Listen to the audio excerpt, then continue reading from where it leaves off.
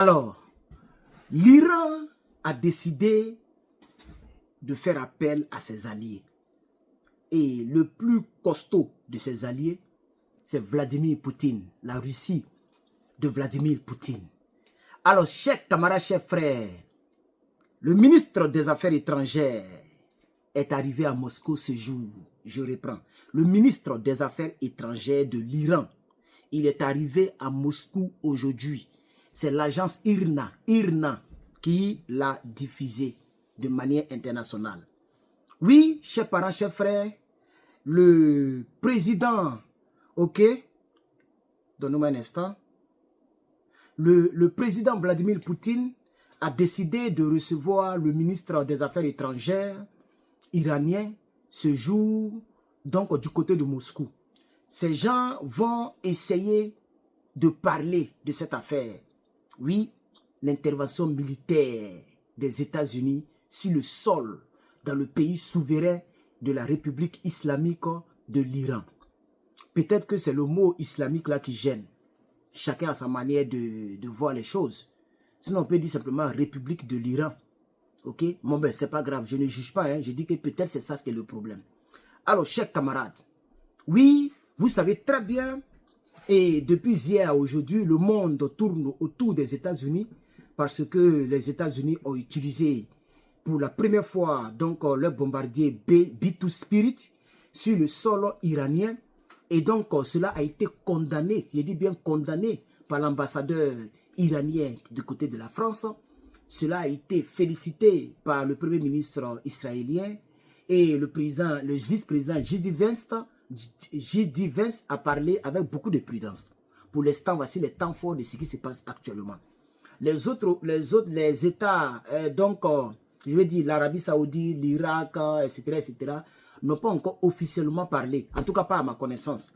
Mais du côté de la Russie, oui, c'est une vraie information. Le ministre iranien des Affaires étrangères, il s'appelle Abba Araghchi. Abba Araghchi, oui, est bel et bien arrivé ce jour, le 22 juin 2025, dimanche, à Moscou pour rencontrer donc le président Vladimir Poutine et d'autres hauts responsables militaires russes. Oui, chers camarades. Alors, cette visite intervient juste après les frappes américaines sur plusieurs sites nucléaires en Iran. 3 sites, ça fait déjà plusieurs. Ok? Et cette information a été confirmée bel et bien par l'agence d'information officielle de l'Iran qu'on appelle IRNA. Voilà. Comme moi, je l'avais renversé dans le temps, je disais Nari. Donc, eux aussi, les médias, au lieu de dire Iran, ils ont dit IRNA. Voilà. Et quelques médias internationaux comme CNN, Indian Info, I-24, Israel Info, il y a plusieurs médias internationaux qui l'ont aussi confirmé.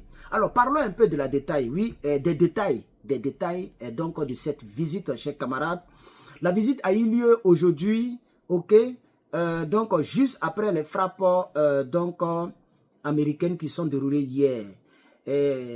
Ce qui est donc au menu, c'est des discussions militaires, des discussions des conséquences des frappes aériennes, américaines et coordonnées en réponse diplomatique et stratégique. Donc, ils sont partis discuter avec le président Vladimir Poutine. Ok? Et le même ministre des Affaires étrangères a reçu aussi Lavrov, Sergei Lavrov. Il est le ministre russe des Affaires étrangères.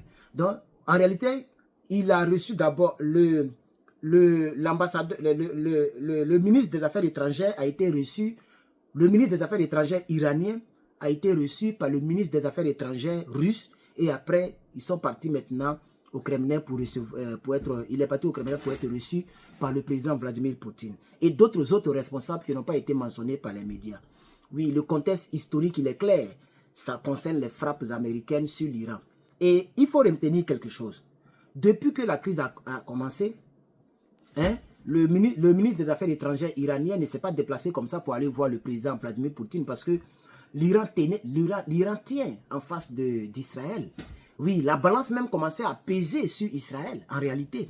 La seule différence, c'est que Israël frappait les sites précis. Israël, son but, c'était vraiment de frapper plusieurs sites précis et plusieurs hauts responsables dans l'armée iranienne. Et Israël a réussi son coup, mais ne pouvait pas n'avaient pas les capacités militaires pour pouvoir donc aller sur le site qu'on appelle Fodor. Okay? Seuls les États-Unis, dans le monde entier, possédaient l'avion qui va avec et la bombe qui va avec pour pouvoir donc avoir affaire à ce site. Selon les informations qui tournent, c'est qu'il y a eu des déménagements. J'ai déjà fait donc une vidéo là-dessus. Il y a eu des déménagements. Peut-être que le site a été bombardé à vide. En tout cas, dans quelques jours, les quelques jours qui suivent, nous allons savoir toute la vérité en ce qui concerne ces frappes américaines.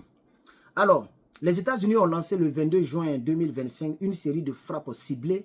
Ok, c'est la nuit du 21 au 22, ben c'est le 22 puisqu'il était 1h du matin. Ok, sur Fodor. Le motif, c'est d'empêcher Téhéran d'atteindre un seuil critique d'enrichissement de l'uranium. Voilà, c'était ça le motif. Et donc, pour ne pas revenir sur tout ce que vous savez déjà, on va toujours continuer à creuser dans l'information pendant qu'il nous reste 1 minute, puisque j'ai décidé de vous servir en 8 minutes. Maximum 9 minutes, moins de 10 minutes. Puisque je sais que chez mes frères que vous êtes en Afrique, le problème de l'Internet est encore crucial. Et c'est pourquoi nous nous battons aux côtés du capitaine Ibrahim Traoré, du général, les deux généraux Assimi et Pitiani, dans le but de pouvoir avoir une Afrique qui est aussi très riche, solide et qui a ses propres capacités. Et je sais que nous allons y arriver par la grâce de Dieu. Donc, pourquoi le ministre des Affaires étrangères est allé voir le président russe et M. Sergei Lavrov? C'est dans le but de renforcer l'axe Iran-Russe. Okay? Donc, l'Iran est en train de chercher ici à se protéger, diplomatiquement parlant, à se protéger en s'alliant plus étroitement avec la Russie. Moscou était partenaire très stratégique pour Téhéran, surtout en pétrole. En pétrole, affaire de pétrole, mais surtout aussi gaz. Il y a ça aussi, puisque le détroit, voilà, n'oubliez pas le détroit. Il y a un problème là. J'ai déjà fait une vidéo là-dessus à cet effet. Voilà. Et donc, aussi, en période de crise aussi, en période de crise, il faut que la Russie soit du côté de l'Iran. Parce que la Russie a son droit de veto, la Russie est la deuxième puissance militaire au monde, etc., etc. La première puissance nucléaire au monde. Être donc stratégiquement allié à la Russie, ça fait un gros poids et ça fait réfléchir les ennemis de ton pays. C'est pourquoi Ibrahim Traoré a préféré aussi tisser l'alliance avec la Russie, y compris les deux autres. Voilà. Et donc, Dimitri Medvedev a même laissé entendre que certains pays, possiblement la Russie, pourraient fournir à l'Iran une aide nucléaire. Voilà, une aide nucléaire pour reconstruire et peut-être pour accélérer leurs choses nucléaires. Il y a aussi, en deuxième point, cette visite, c'est la réaction muselée mais ferme de Moscou. Voilà, donc, la condamnation officielle des frappes par Kremlin, ça a été fait. Une mise en garde contre toute escalation, toute escalade très dangereuse, mais il n'y a pas eu d'argument militaire entre la Russie et les États-Unis. La Russie n'est pas allée aussi loin dans ses menaces. Il y a donc aussi un risque d'escalade régionale. Toute la région, parce qu'il y a une possibilité de conflit élargi au Moyen-Orient si l'Iran réplique fortement et militairement. Donc, menace de fermeture du détroit d'Ormuz, ce qui est déjà une possibilité, c'est déjà fait. Les tensions pourraient faire exploser les prix du pétrole sur le marché, on en a déjà parlé.